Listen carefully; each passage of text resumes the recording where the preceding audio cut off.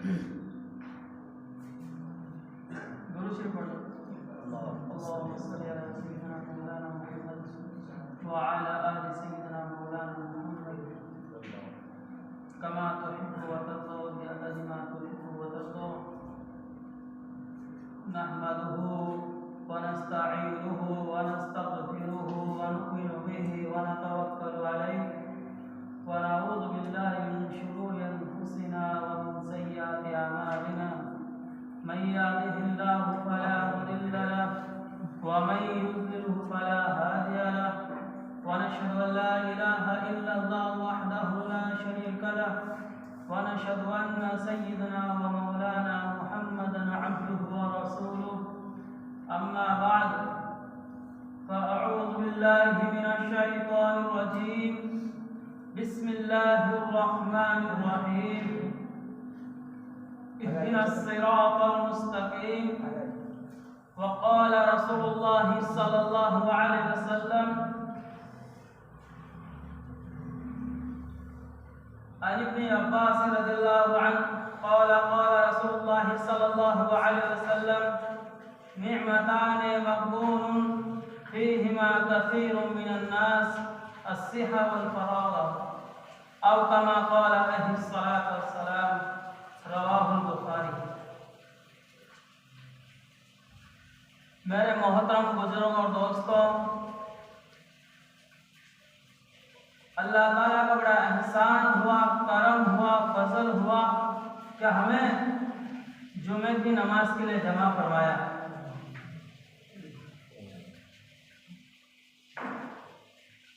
मेरे मोहतरम बुजुर्ग और दोस्तों,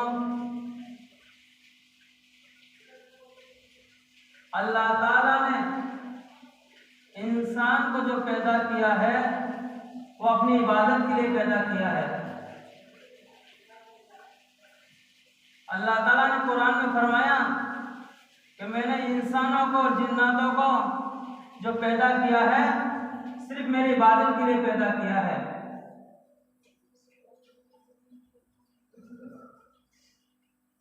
मेरे अजीज साथियों,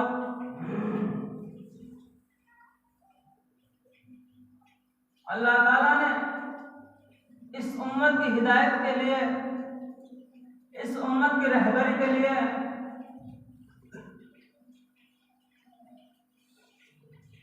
हमारे नबी हजरत मोहम्मद मुस्तफ़ा सल्लल्लाहु अलैहि वसल्लम को मबऊस फरमाया। और जब हमारे नबी इस उम्मत के अंदर तशरीफ लाए, उससे पहले के हालात बहुत जहालत वाले हालात थे। ऐसी गुमराही फैली हुई थी, ऐसी गुमराही कि लोग पड़े हुए खून को बगैर तहकीकात के चाट दिया करते थे कि जिस घर के अंदर लड़की पैदा हो जाए उस लड़की को जिंदा दरगोर कर दिया जाता था। ऐसी जहालत फैली हुई थी, अगर किसी के ऊँट से पहले ऊँट पानी पी ले तो बरसों तक लड़ाइयाँ चलती थी। लेकिन हादी बरहक मोहम्मद अरबी सल्लल्लाहु अलैहि वसल्लम दुनिया में तशरीफ लाए तो जो लोग जमाने जहालत के अंदर गुमराही में पड़े हुए थे, वही लोग इस दिन को काम को लेकर खड़े हुए। और मेरे अजीज साथियों, इस सहाबा इकराम हमारे लिए नमूना या हयात है। हमारे नबी ने फरमाया कि मेरे सहाबा सितारों के मानिंद है, जिसकी भी तुम इक्तिदा करोगे राह रास्त पा जाओगे। मेरे जी साथियों, हमें जो जिंदगी गुजारने का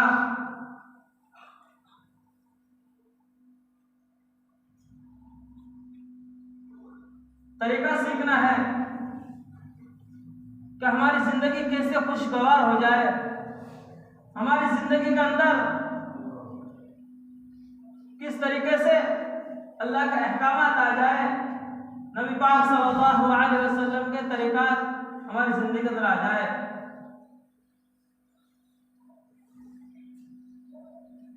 हमारे बुजुर्गों ने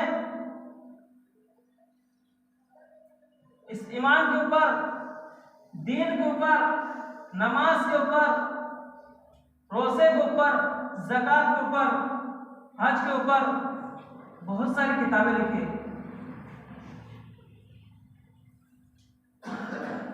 मैंने आप हजरात के सामने भी इब्न अब्बास रज़ियल्लाहु अन्हु की हदीस बयान की कि अल्लाह के नबी ने फरमाया, दो नेमत ऐसी है कि हर इंसान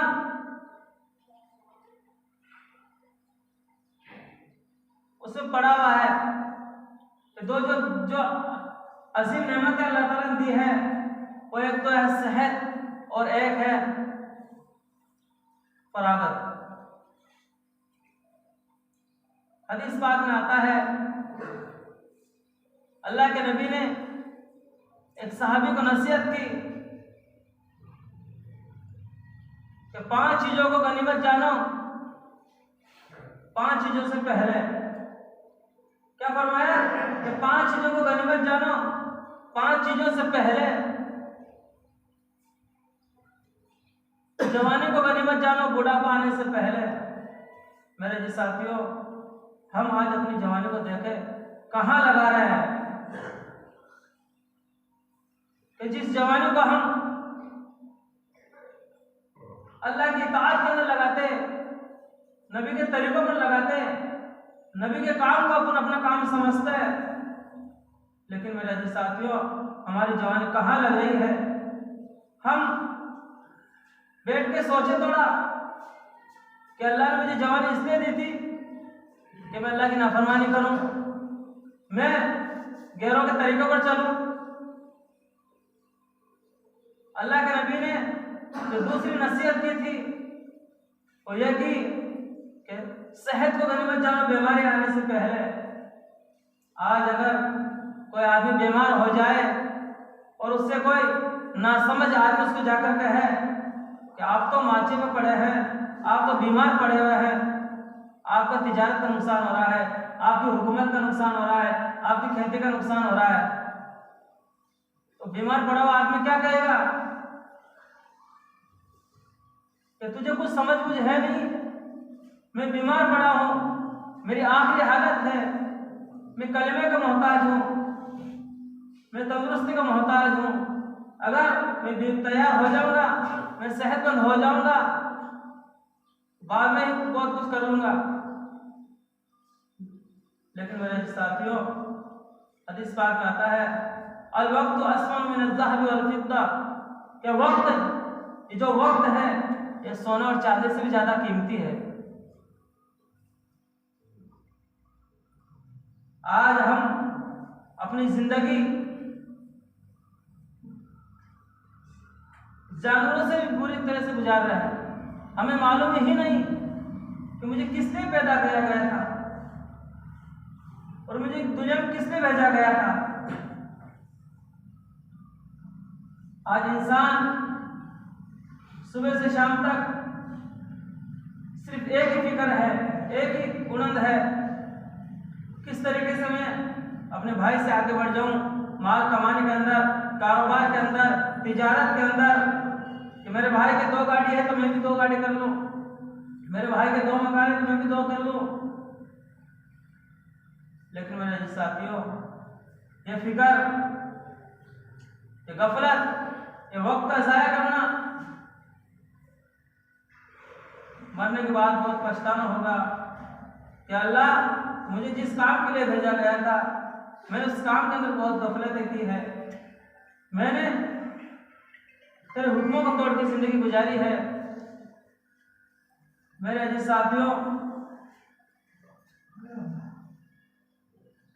वहां का पछताना कुछ भी काम नहीं आएगा। हदीस पाक में आता है कि आदमी पछताते पछताते, अफसोस करते करते, अपने हाथ की उंगलियां चबाते चबाते पूरा हाथ चबा जाएगा और अल्लाह से अर्ज करेगा, अल्लाह मुझे दोबारा जमीन के अंदर भेज दे, दुनिया में भेज दे, तेरी इबादत करूंगा, फर्ज नमाज पढ़ूंगा, नफली इबादतें करूंगा, बहुत सारे रोजे रखूंगा, फर्ज रोजे भी रखूंगा, नफली रोजे भी रखूंगा, और तेरे राह के अंदर गरीबों पर, मिस्किनों पर बहुत खर्च करूंगा, लेकिन मेरे जिस साथी वहां का पछतावा कोई काम नहीं आएगा। अल्लाह के नबी ने जो तीसरी नसीहत की थी कि फुर्सत को गनीमत जानो, मशगूलियत से पहले अल्लाह ने मौका दे रखा है तो हम इसके अंदर खूब अल्लाह की इबादत करें। जो वक्त चला जाता है मेरे भाइयों, वक्त वापस नहीं आता है।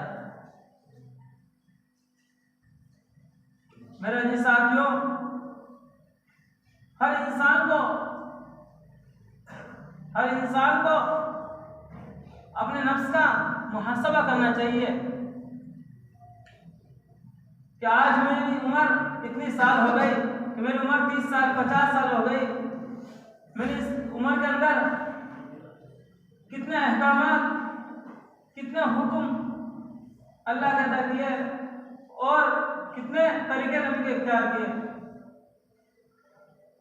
मेरे जी साथियों, हमारी जिंदगी गफलत के अंदर गुजर रही है। हमारी जिंदगी इतनी गफलत के अंदर गुजर रही है कि हमें मुअज्जिन अज़ान लगा रहा है, अल्लाहु अकबर अल्लाहु अकबर, अल्लाह सबसे बड़ा है, अल्लाह सबसे बड़ा है, 4 मरतबा आवाज लगा रहा है, लेकिन हम कह रहे हैं कि मेरा कारोबार, मेरी तिजारत, मेरी दुकान, मेरी खेती, और ऐलान लग रहा है, अज़ान लग रही है कि अल्लाह सबसे बड़ा है, अल्लाह सबसे बड़ा है, लेकिन हमारा ईमान, हमारा यकीन असबाब पे बना हुआ है, हमारे यकीन असबाब पे बना हुआ है। मेरे जी साथियों, जरा गौर करो कि हमारा जो असबाब पे यकीन बना हुआ है, ये यकीन हमें मरने के बाद कितना नफा देगा। हमारे सामने बुजुर्गाए दीन के वाक़यात भरे पड़े हैं। तो बुजुर्गाए दीन अपने वक्त को इतना कीमती समझते थे, एक वक्त को भी, एक सेकंड को भी जाया नहीं करते थे। एक बुजुर्ग के बारे में फरमाया गया, बहुत बड़े अल्लाह के बंदे थे, अल्लाह के वली थे। किसी ने आकर कहा कि हजरत, मैं आपसे बात करना चाहता हूं। बुजुर्ग ने क्या कहा, अगर ये जो सूरज की गर्दिश है, अगर कुछ देर के लिए रुक जाए तो मैं आपसे बात करने के लिए तैयार हूं। क्या कह रहे हैं कि सूरज की गर्दिश अगर थोड़ी देर के लिए रुक जाए तो मैं आपसे बात करने के लिए तैयार हूं।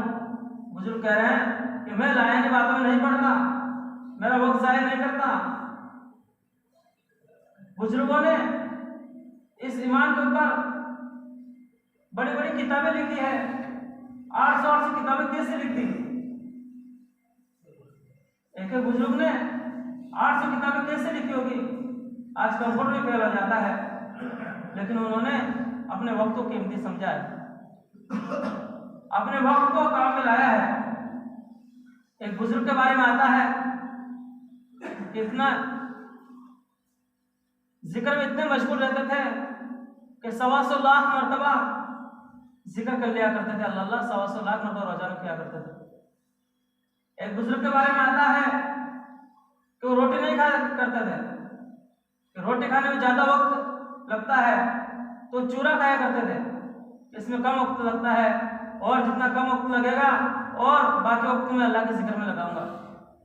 मेरे साथियों, आज अजानें लग रही है, मौसिन आवाज लगा रहा है, लेकिन हमें इतनी तौफीक नहीं हो रही कि हम मस्जिद के अंदर आकर अल्लाह के सामने सजदा कर लें।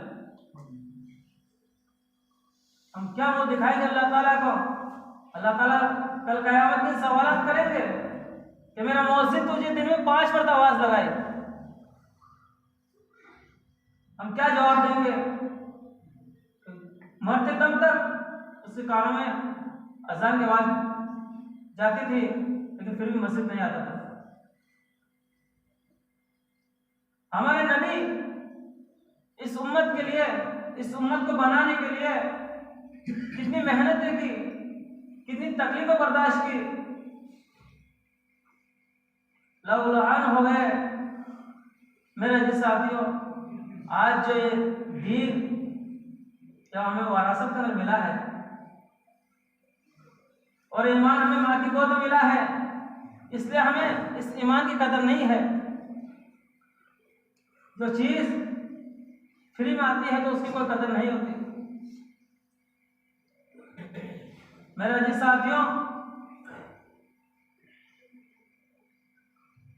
सहाबा इकराम ने इस दीन को फैलाने के लिए कितनी कुर्बानी उठाई। अपने घर से बेघर हुए। बताया जाता है कि मक्का और मदीना के अंदर सहाबा इकराम की जो कब्रें मिलती है 10 या 12 हज़ार से ज्यादा नहीं है। पूरे आलम के अंदर फैल गई दीन को फैलाने के लिए।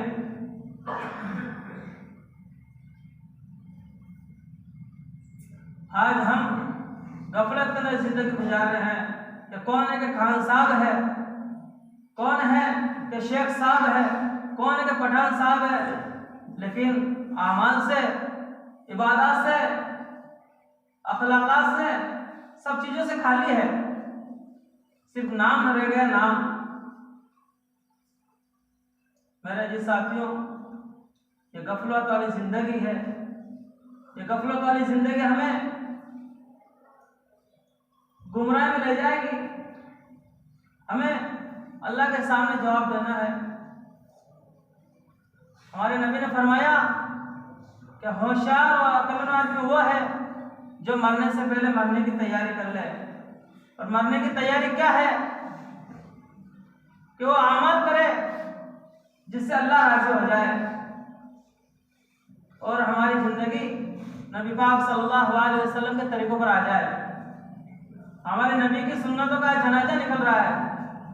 हदीस पाक में आता है कि जो शख्स गए गुजरे जमाने के अंदर एक सुन्नत को जिंदा करता है उसको 100 शहीदों का सवाब मिलता है। मेरे अजीज दोस्तों, इसी मुनासबत से 12-13 फरवरी के अंदर दीनी इज्तिमा रखा गया है, जहां दीनी बातें होगी, नबी पाक सल्लल्लाहु अलैहि वसल्लम का तरीका बताया जाएगा, जहां पर ईमान ताज़ा होता है। तो हम सब साथी इज्तिमा के अंदर पहुंचने की फिक्र करें और वहां से दीन सीखने के लिए, दीन को आमाल को अपनी जिंदगी में लाने